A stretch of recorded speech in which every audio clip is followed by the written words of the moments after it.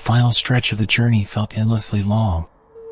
Dusk settled slowly, casting a layer of bronze-tinted shadow over the sky. The clouds hung low and heavy, pressing against the horizon, threatening to unleash the weight of a long-contained storm. The only sound was the steady hum of my engine echoing down the winding countryside road. My GPS had long since failed, and I hadn't seen another car or another person in what felt like hours. I should have arrived by now. Yet, on the map, this place did not exist. The road narrowed, its edges crumbling into loose dirt and gravel, my tires sinking into the silence. On either side, tall, gnarled trees wove their branches together in a suffocating embrace, their dark silhouettes twisting into unnatural shapes. It felt like the forest itself was whispering. I glanced at my phone. No signal. The words sat on the screen like a warning. Then, a signpost emerged from the mist. Its wooden surface was weathered, rotting, the lettering barely visible beneath decades of decay. But I could still make out the name, a Bavarian village, one that wasn't supposed to be here. At the end of the road, a village stood in wait. A quiet, watching presence. Something inside me stirred uneasily. The air was too still. There were no birds, no insects, no movement. I should have heard the rustle of wind, the distant bark of a dog, anything.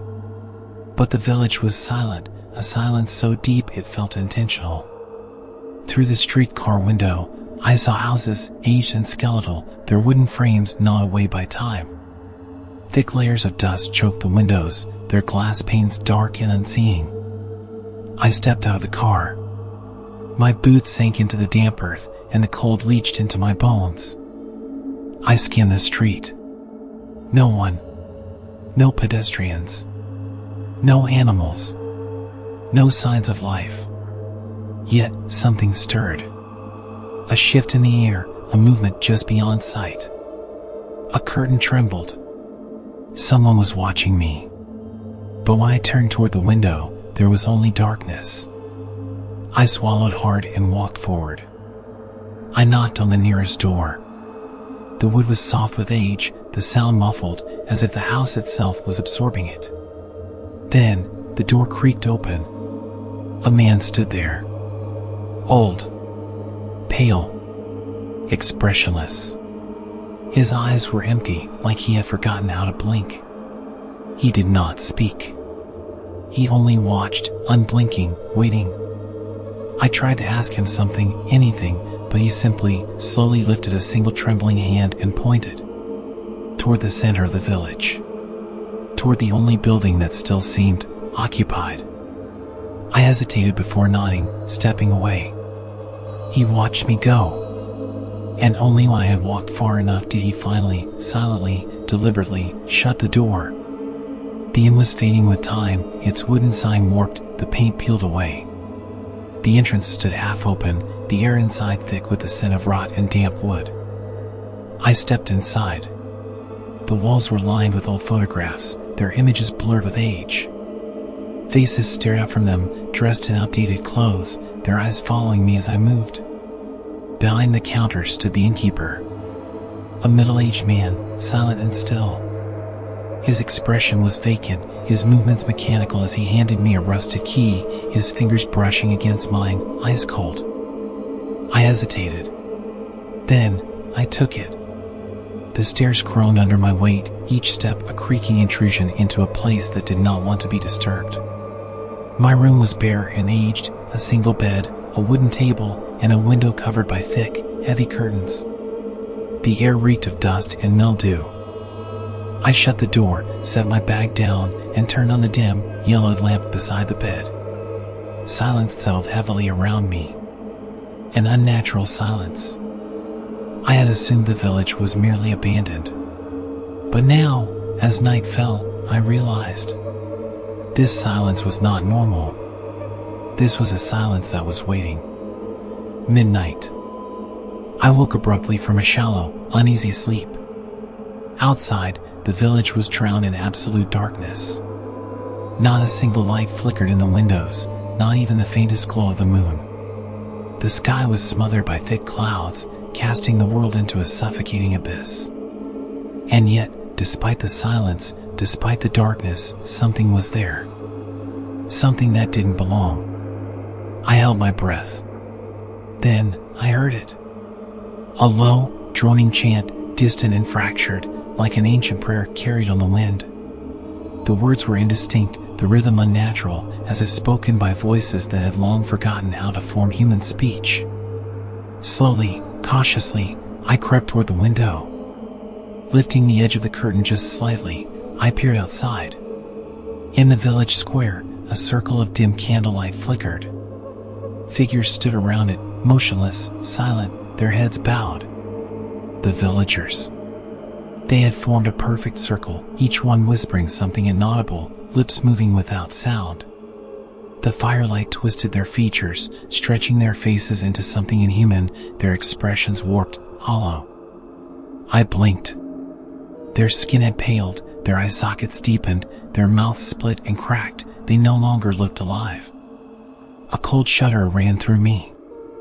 I grabbed my camera, lifting it with shaking hands, and took a photo. Click. I glanced down at the screen. Nothing. The square was empty. The circle of figures, gone. I swallowed hard, my breath catching in my throat. That was impossible. They were right there. I looked up again. And this time, they were staring at me. Every single one of them. Their heads snapped toward my window in eerie unison, their eyes black, bottomless voids. An invisible force tightened around my throat, choking me in terror. A cold sweat broke across my back.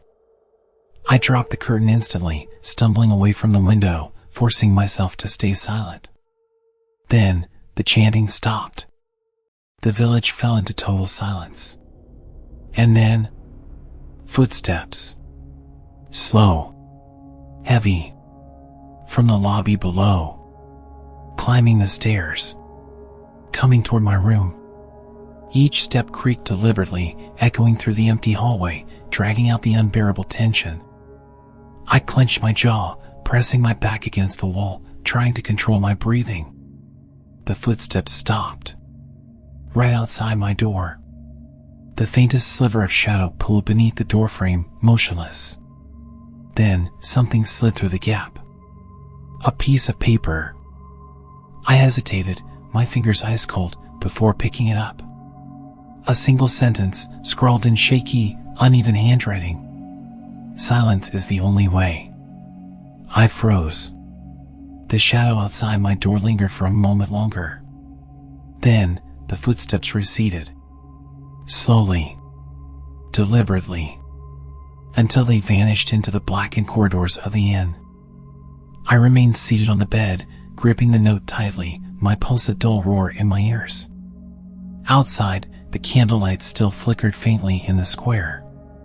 But the villagers were gone. And at that moment, I finally understood.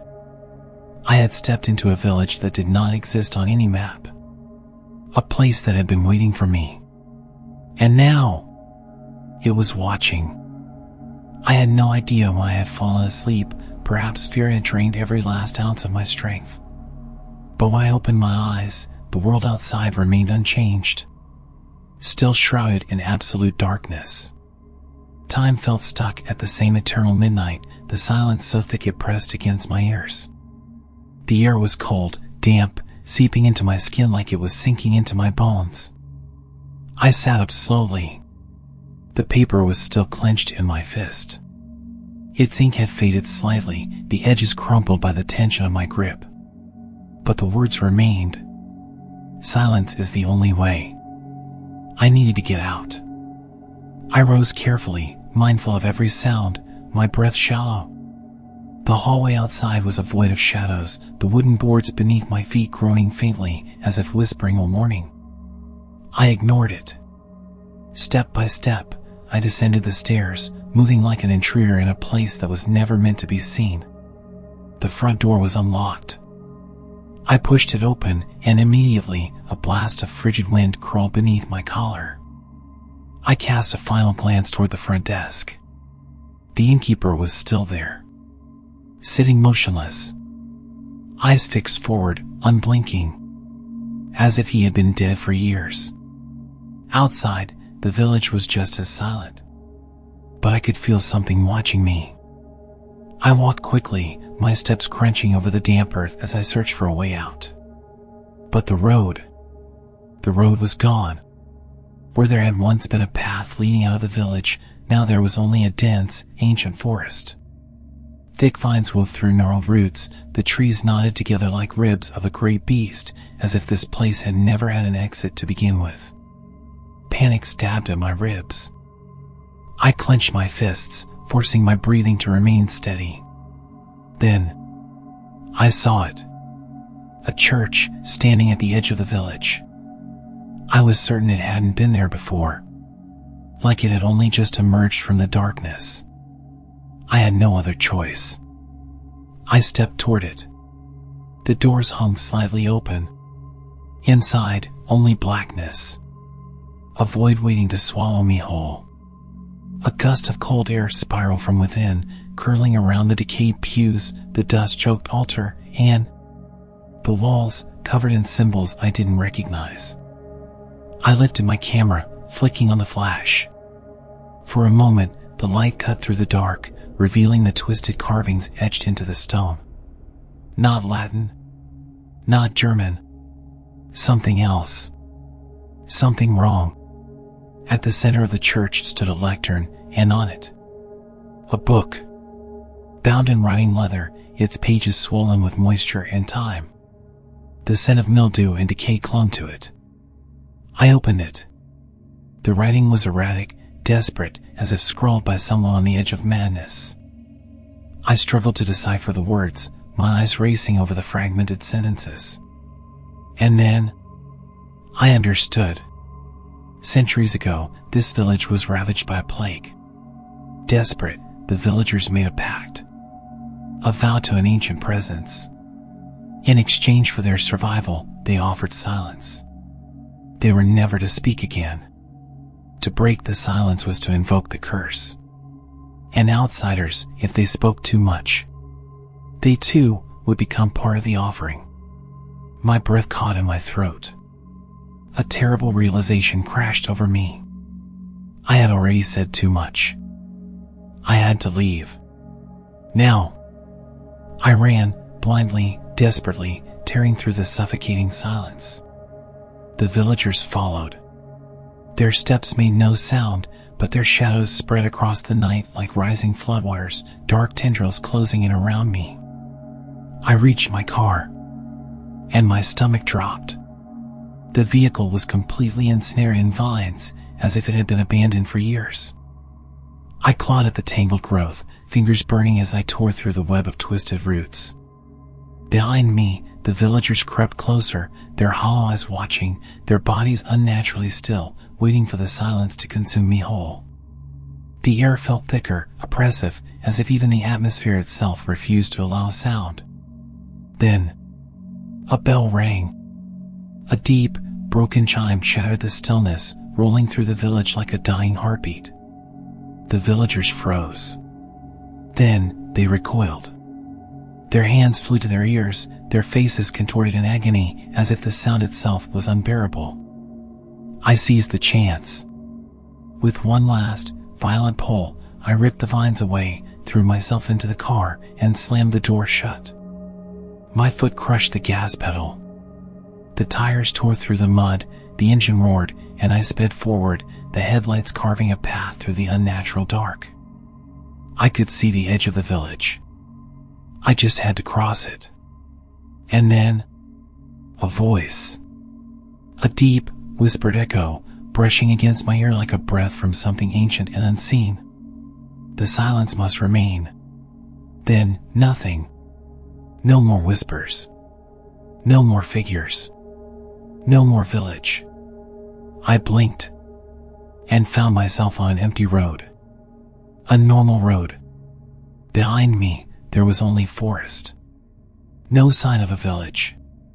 No footprints in the mud. Nothing. I checked my rearview mirror, my breath still ragged.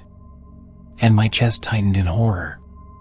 In the reflection, I was opening my mouth, but no sound came out. I had escaped. But from that day forward, my life was never the same. No matter where I went, I felt eyes on me, watching, waiting. At night, I woke gasping for air, my ears filled with whispers I could never quite understand. I tried to tell someone, to speak of what had happened. But every time I opened my mouth, my throat locked. I could feel the words forming, but they never reached my ears. I could still speak, but I could no longer hear myself. The doctors called it selective deafness, a trauma response. But I knew the truth. It wasn't trauma. It was the curse the village had left inside me. Because at night, when I looked into the window, my reflection moved its lips, repeating the same words. Over and over. Words I could never hear. But I already knew what they were. Silence is the only way.